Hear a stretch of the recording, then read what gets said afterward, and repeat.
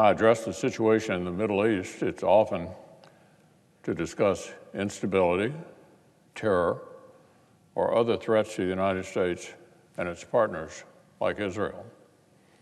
Those threats still exist, but I'm very glad to be speaking today about peace breaking out. And it's breaking out more quickly than we can even stage the official ceremonies to memorialize the diplomatic achievements. A few weeks ago, with major help from the United States and the Trump administration, Israel and the United Arab Emirates reached the first Arab-Israel peace deal in 26 years. The Abraham Accord is named for the shared religious roots that Christians, Jews, and Muslims all hold in common. It will make the UAE just the third Arab nation and the very first in the Gulf to normalize relations with Israel. In the words of Prime Minister Netanyahu, full and official peace, full diplomatic agreement with embassies, investment, commerce, tourism, and direct flights between Tel Aviv and Dubai and Abu Dhabi. We've come a long way, Mr. President, a long way indeed. What a moment.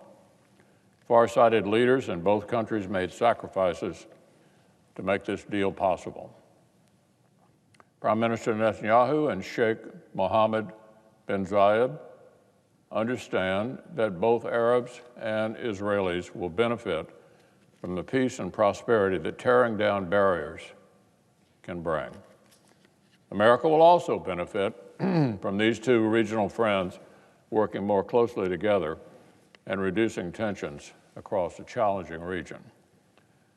Now, to be sure, work is not finished, and no single step like this should be confused for an overnight miracle.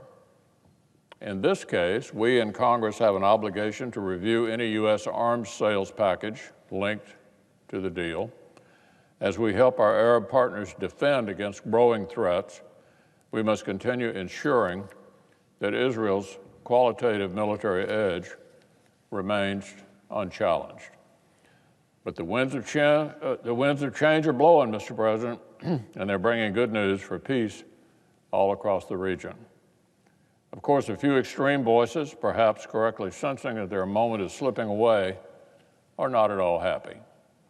A predictable cast of characters wasted no time condemning the agreement and branding the UAE as traitors to the Arab or Muslim world. But unlike Iranian clerics or al-Qaeda terrorists, everyone who's actually living in the 21st century is celebrating this major progress. This major step forward is being documented in a signing ceremony at the White House tomorrow. But in just the couple of weeks that have elapsed between the announcement of the Abraham Accord and the official ceremony tomorrow, another Arab state has joined the parade toward peace. On Friday, September the 11th, Israel and Bahrain announced their agreement to open formal diplomatic relations.